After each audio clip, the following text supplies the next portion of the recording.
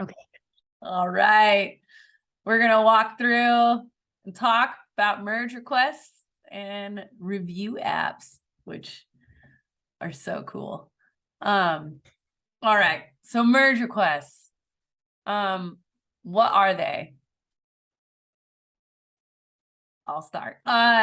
So merge requests, those, so we have like our main branch, right? And that ships and builds our main marketing site. And that's production. When we want to make a change to it, we have to batch those changes into a new branch that ships up. We create something called a merge request, which creates an interface for everyone to work through those changes in GitLab and see like what code changes have happened in order to make those changes. And that's how we collaborate on changes that are released like to production on the marketing site. So super key thing. One of the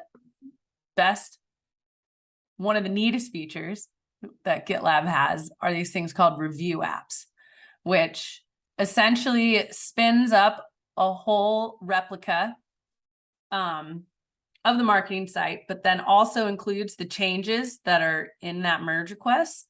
So it fires up a whole production build and ships it off to the cloud, into the internet somewhere, and gives you a nice URL where you can actually view that new version of the whole marketing site with those changes.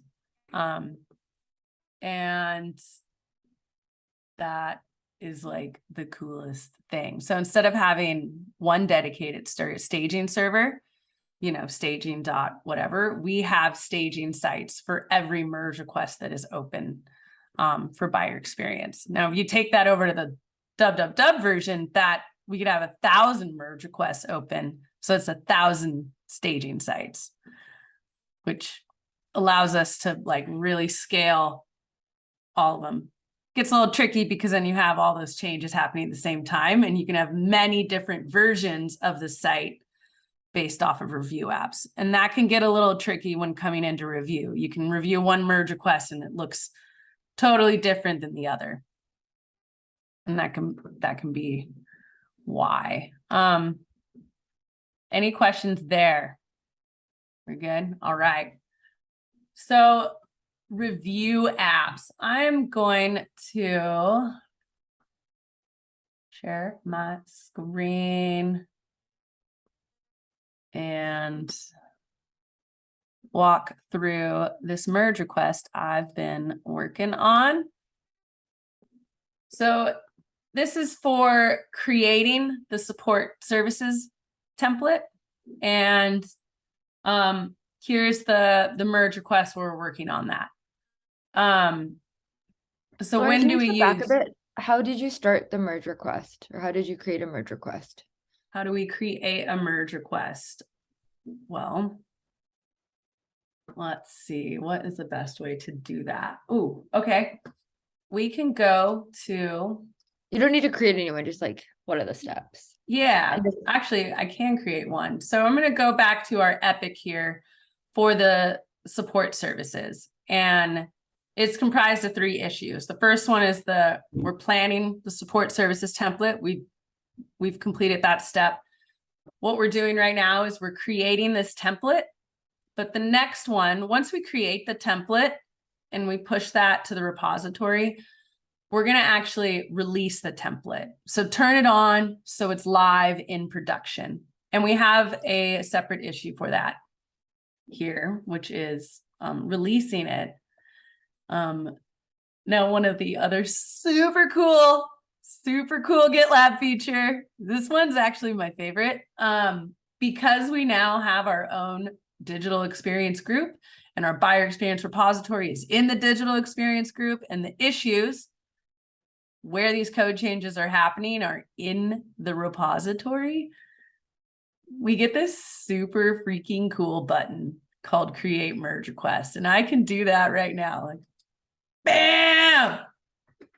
Wow, look at that. And it puts this draft on it, which also signals like, hey, like this is not ready. Don't look at it.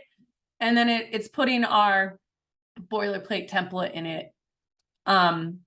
We've added this website change template, which I'm gonna just go ahead and add it. And this goes through what our 4 approvals are and who you need to add in order for it to go live. And since this is going to be actually releasing the new template to production, we need to make sure we get proper approval. And so it's going to apply a whole bunch of labels and stuff. I'm going to leave it unassigned because John's the one who's going to be working on this next iteration. But here now we can see we've got a merge request, and what it's going to do is take an exact replica of what is in production right now, create a new version, and that is it. Once John starts working on it, there will be actual changes pushed to this that turn it up live, and we can actually bring the main branch up to date, because what the marketing site is going to look like next week will be different than what it looks like this week. There will be new changes. We're pushing about 400 changes a week for engineering. So it's really important we keep that code up to date. So we have the next merge request for releasing this created, but we're not going to do it. Did that answer the question, Filza? Awesome. I'm going to come back to this one that we have for creating the template. And this is work we've done to actually build the template. So the next thing I want to go over is like review apps. How do I find the review app for this? Now I have been having the engineers put like direct links to the page so you can go look at it. But every merge request is going to have this really cool button down here. It says view app. The view app button. Wow. Now, when you push I feel like sometimes it's not there, but maybe sometimes it isn't, but yeah. Most times it should be. Okay, what are the situations in which it's not there? If maybe. So this Next time I find one, maybe I'll just send it to you to ask. Yeah, like if the pipeline hasn't run yet. So you can see here, there's no pipelines. So it hasn't built the site. It's kind of stalled. And this is probably because there are no changes. Yeah. So it's like, yo, you don't need a review app. There's no changes. Go look at production. But most of the time that button should be there.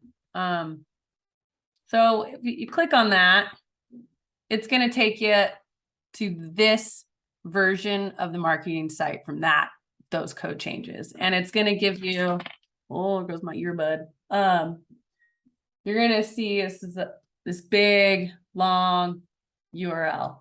And this is actually the branch name. So in our code, when we're going down to pull down this version, we're going to go get checkout 13161-create serve, and it pulls down that whole version. And then it's, we have this other part of the URL about GitLab review app.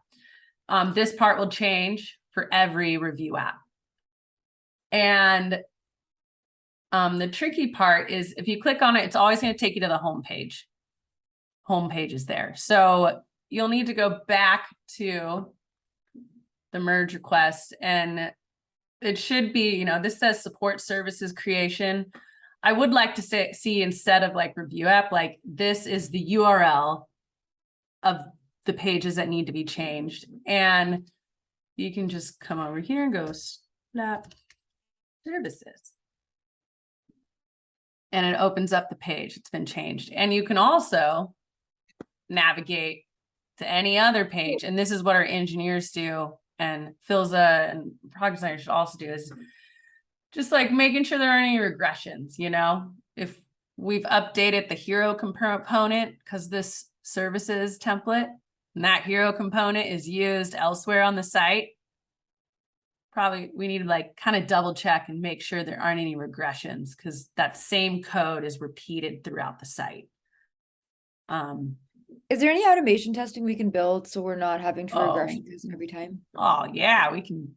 Yeah, there's all kinds of stuff we can build to make that more thorough. And we should. Yeah. So I'll go back to, here is this template we've built. It's not, John popped out.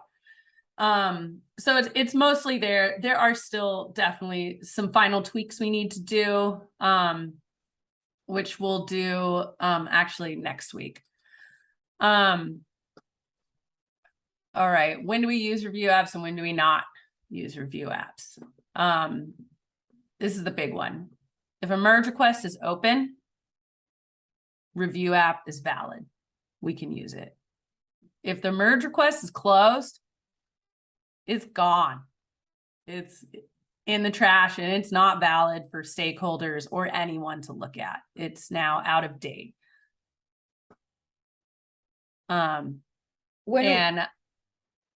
Sorry, I have a question.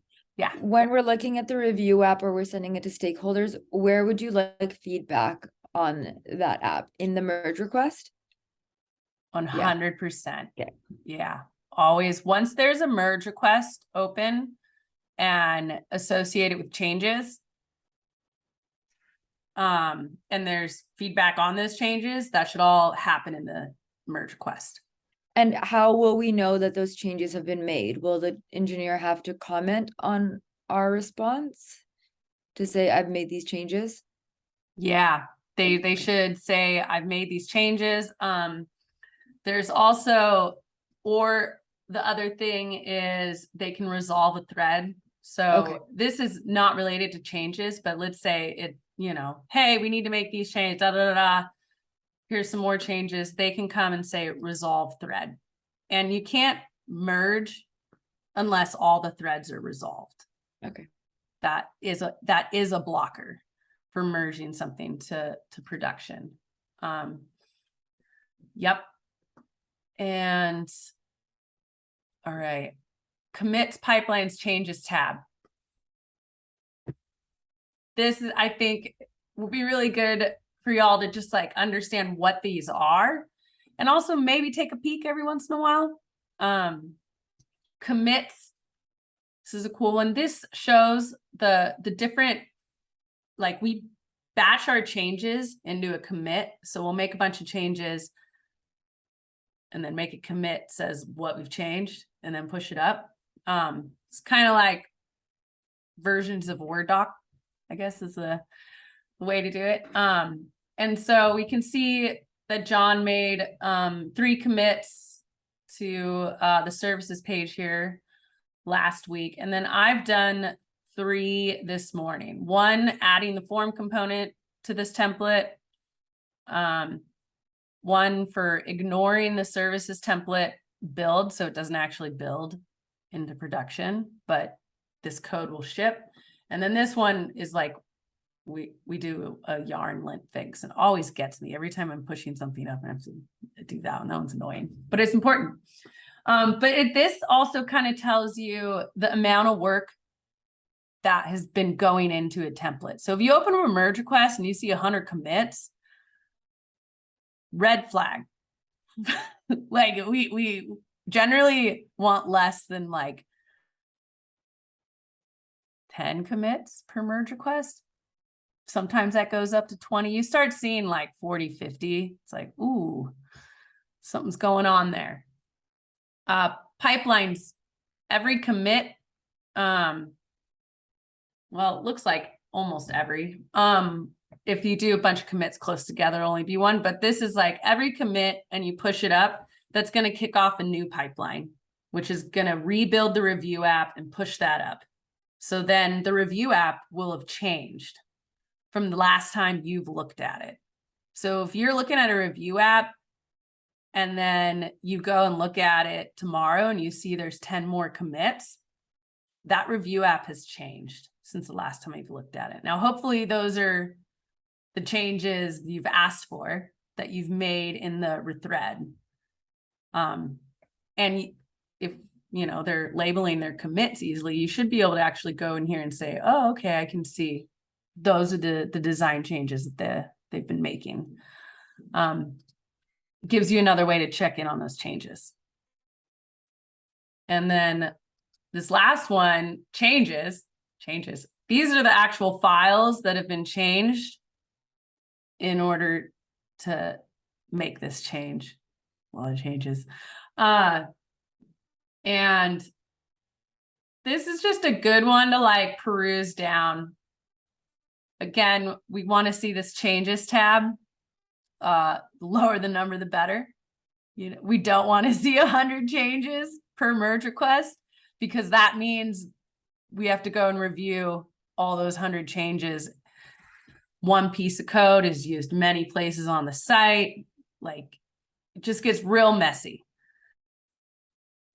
So you see we got 6 changes. We've got this hero component. This is the one, you know, that as I'm reviewing it that I'm clued into. This is a global, well, I know we use this component on our solutions pages. So I'm going to go spot check those solution pages and make sure they still look good, like enterprise.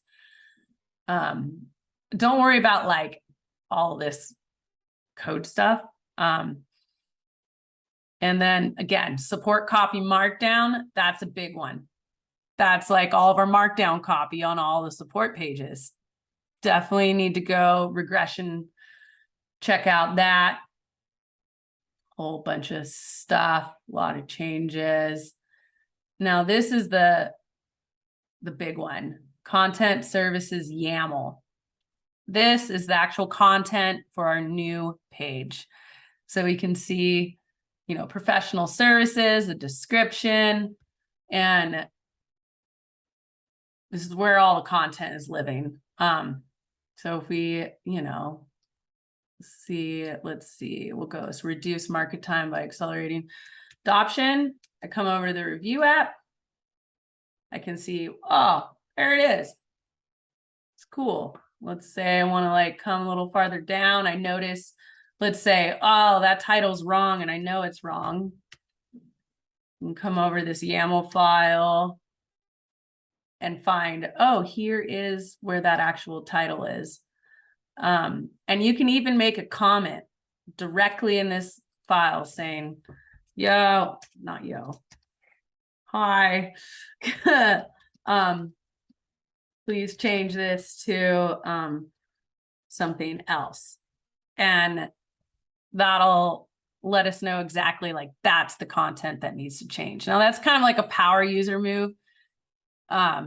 We can grow into that, but it's a really cool one. And there's even this other insert suggestion button, which will actually, let's, instead of doing this, you can hit this insert suggestion and it'll duplicate it. And you can actually change this to say, I want this title. And add comment now. And you can see I've made a suggested change. Here's what it is now. Here's what I want. And then the creator can actually come in here and actually apply that suggestion. And it'll make a commit and make that change. So that comes in really handy because engineers aren't copywriters. You know, and it helps when people can just contribute those changes directly to a merge request, and you get a commit on your commit graph and your little emoji shows up. It's really cool. All right, I went over that. That was a lot. Any questions there before I jump into the next part? Right. I know a lot.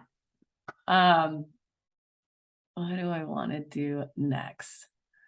When is the review up no longer current? Yeah, this is a good one. So if a merge request is open and you're reviewing the changes to that merge request, make sure you're navigating to it always from that merge request. It can get tricky if you start bookmarking. Like I wouldn't bookmark a merge request review app, I would always just navigate from the merge request. I have a question. Mm-hmm. Um, one thing that I struggle with in the way that we have organized our project is like the multiple issues that we have, because I find that one thing changes in like the design issue, it may not necessarily carry over to engineering, et cetera, et cetera. And like one thing that I was doing with like the working group that we have with the CMO communication thing, one thing that they pointed out was like a lot of people are not using GitLab in the way that it's intended. And I asked what they meant by that. And they said that the issue should always constantly be updated based on what's happening in the comments. So based on that, I'm curious how other teams have structured it. Like, should there only be one issue where we have the design, everything, and then engineering also makes the MR within that issue? Like, I'm curious why we aren't doing that versus the way that we're doing it now. We're not operating in that function right now. One issue and the MR comes from it. Yeah, that'd be great. But that is just not the way we're set up right now. And not the way we're organizing work amongst the groups. So issue boards wouldn't work at all. Yeah, that's a fair point, because like, yeah, then the burn down chart would be very irrelevant because the issue would not close for like 2 months. Yeah. That's fair. And we need to get a lot crisper with our label usage. And so Carrie would work on the design in that issue and get it all ready to go. And maybe that's the plan label. And then once the create label is applied to it, Carrie is unassigned from the issue. Yeah. And the engineer gets assigned to it. But in that world, the issue would not be closed for a month. No. Yeah. And yeah. And That's yeah. Right now we have different issues for each step of it. That makes sense. Yeah.